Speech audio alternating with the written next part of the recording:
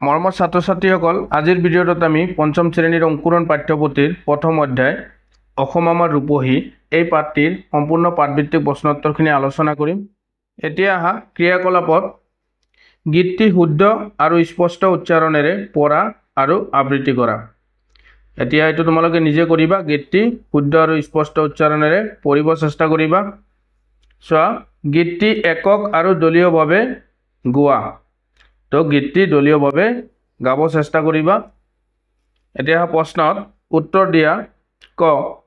Doctor Bhupen হাজৰিকাই আই বুলি কাক সম্বোধন কৰিছে? ইয়াৰ উত্তৰ হ'ব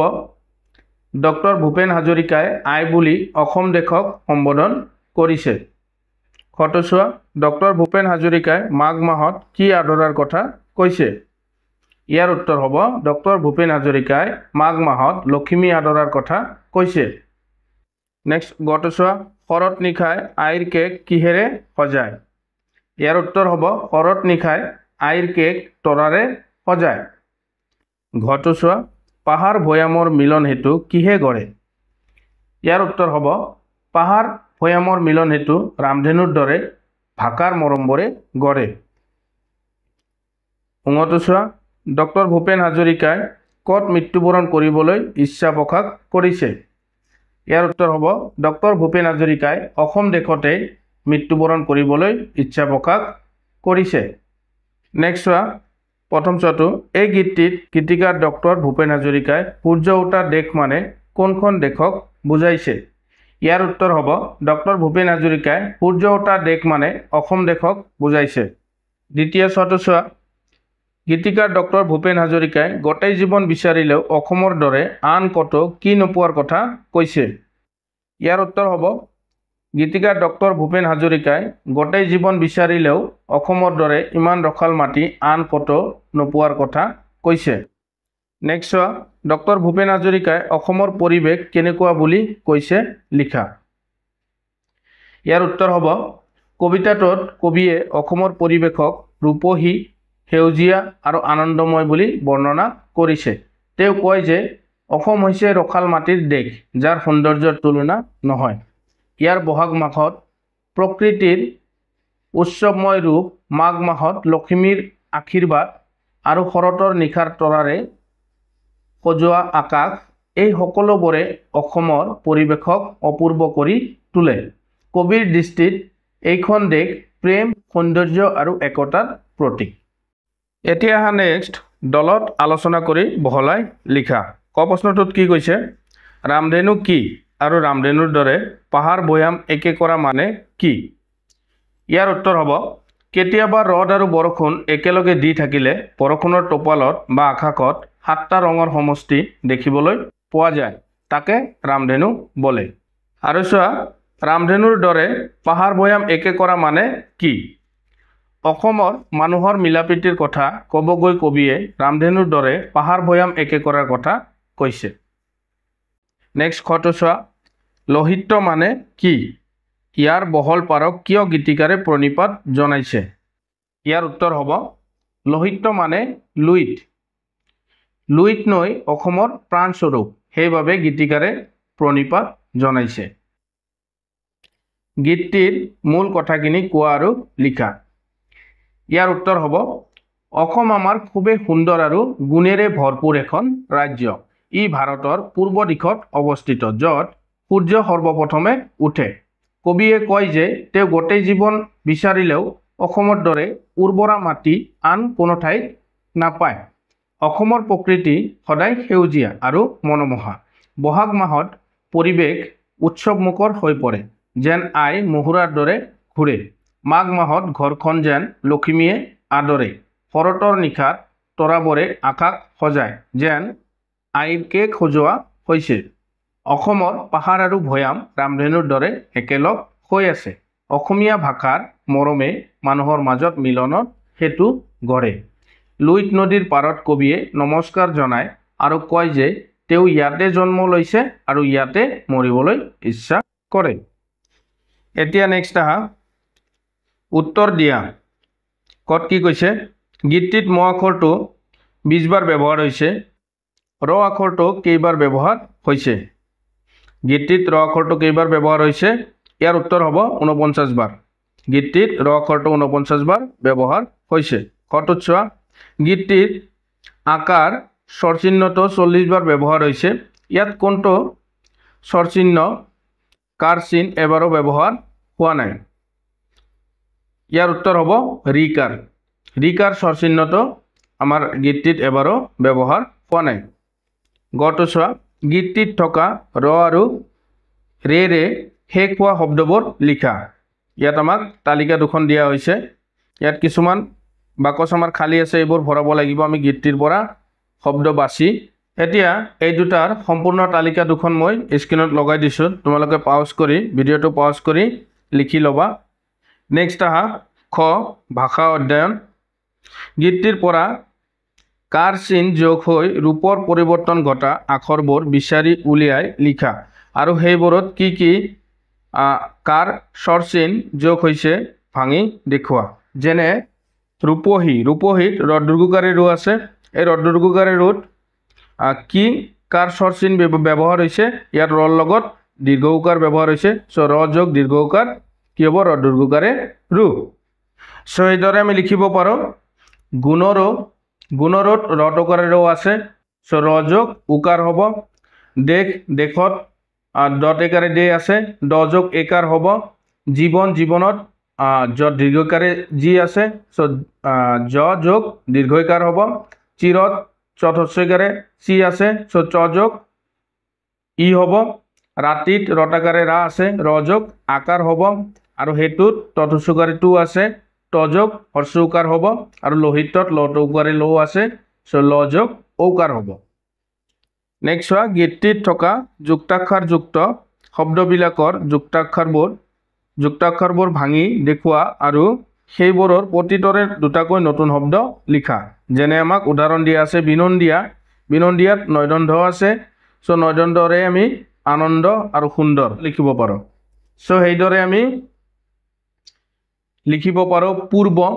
পূৰ্বত আছে বট ৰেপ আছে ৰ যোগ ব হ'ব সো বয় ৰেপেৰে আমি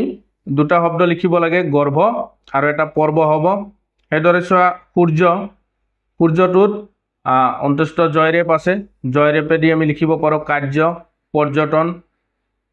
তাৰপিছত লোহিতত তৰ্যফলা ট আছে সো তৰ্যফলা টয়েদি আমি লিখিব পাৰো সত্য দৈত্য নেক্সট প্ৰণিপাতত পৰফলা প্ৰ আছে সো আমি লিখিব পাৰো প্ৰতি প্ৰমাণ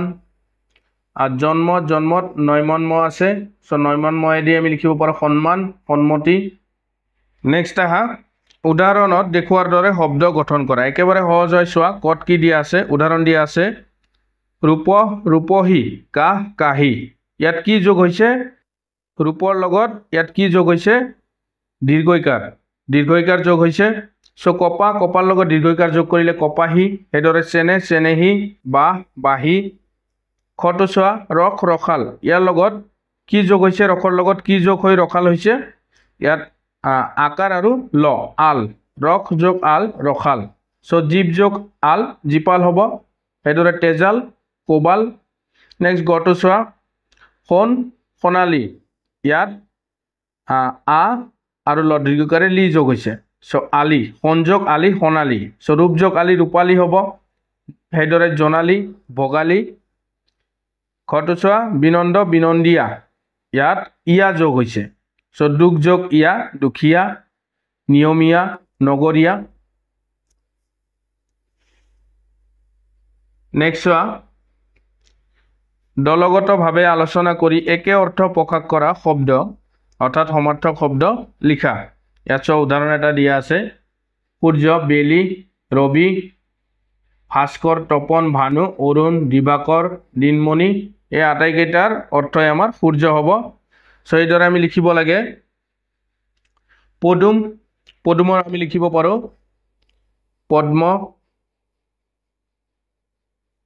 পদ্ম আৰু লিখিব পাৰো আমি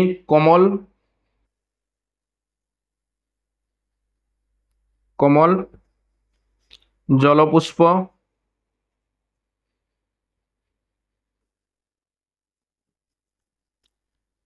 তিনিটাকৈ লিখিলে হ'ব নেক্সট চোৱা ঘৰ ঘৰক আমি লিখিব পাৰোঁ গৃহ ভৱন আলয় নেক্সট চোৱা আকাশ আকাশক আমি লিখিব পাৰোঁ গগন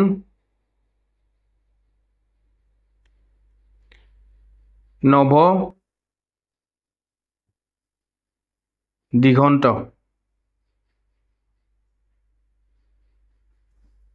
নেক্সট চোৱা বায়ু বায়ুক লিখিব পাৰোঁ বতাহ পৱন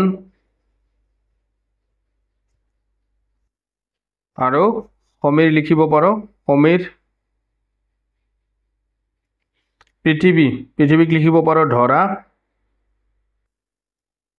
ধৰণী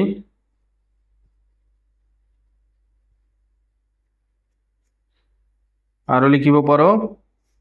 দৰিত্ৰী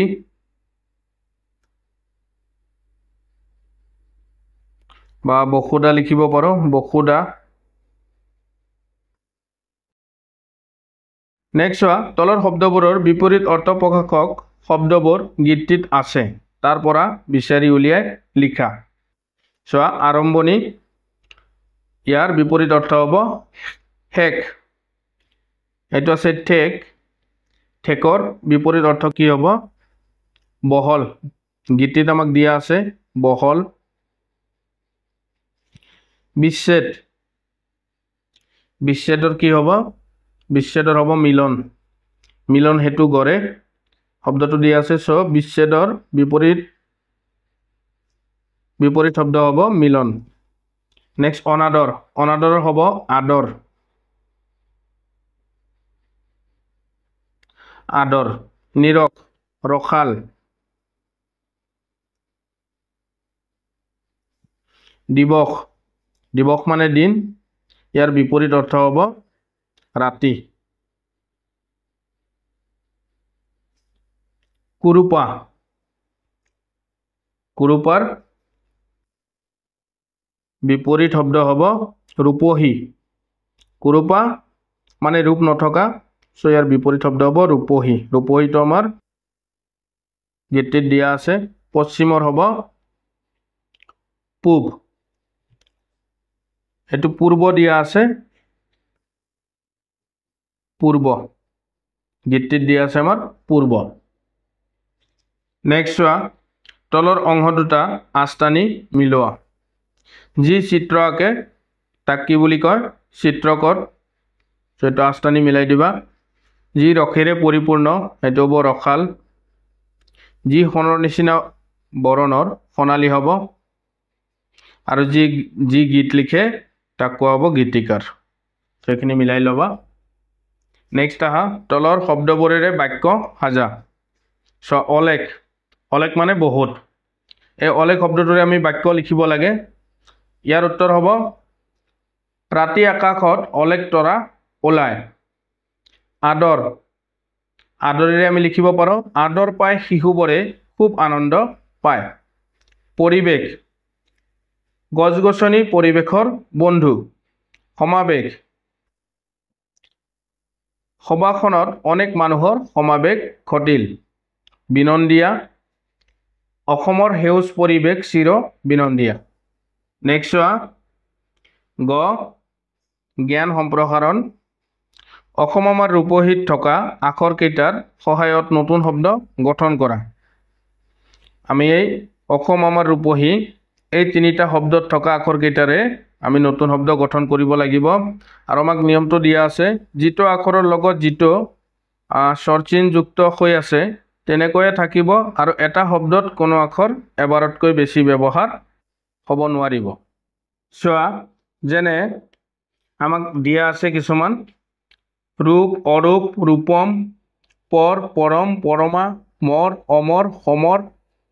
মা মাহি মহি আমাক এই বাকি ছটা লিখিব দিছে আমাৰ আখৰ ব্যৱহাৰ কৰিব লাগিব এইকেইটা অ খ ম আ মা ৰ ৰু প আৰু হি এইকেইটাৰে আমি লিখিব লাগে চোৱা এটা হ'ব আম আৰু আমি লিখিব পাৰো মাৰ এইটো মটাকাৰে মা আৰু ৰ মাৰ লিখিব পাৰো আৰু লিখিব পাৰো আমি মটাকাৰে মা আৰু প মাপ মাপ লিখিব পাৰো এতিয়া ৰ আৰু খ লিখিব পাৰো আমি ৰখ পিছত ৰ দীৰ্ঘকাৰে ৰু আৰু প লিখিব পাৰো ৰূপ